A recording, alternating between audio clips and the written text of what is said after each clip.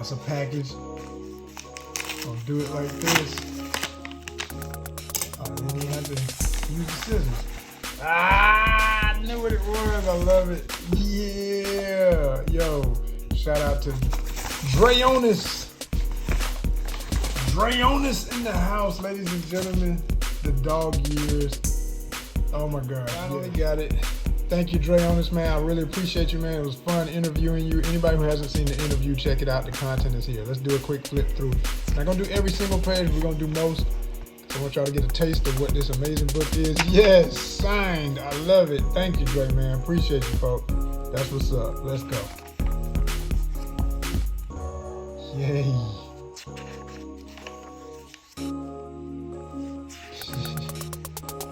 Wow. This is gonna bring back a lot of memories from when I used to read this online.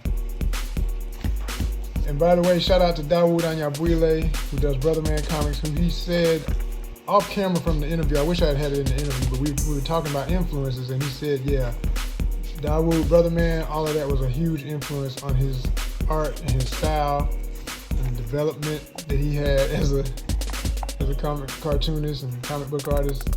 So yeah, the influence of Brother Man, Big City Comics Entertainment continues forever and a day. Black history, y'all, in full effect. In full effect. I can guarantee you, get you some copies of this. If you like humor and you like, yeah, and it's adult, very adult.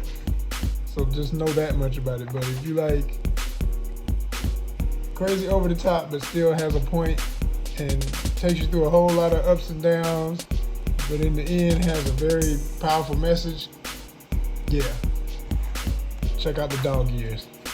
You will not be disappointed. Great work. Much love, Dre, man. I appreciate you, man. DRAYONIS, y'all. The dog years. Yes.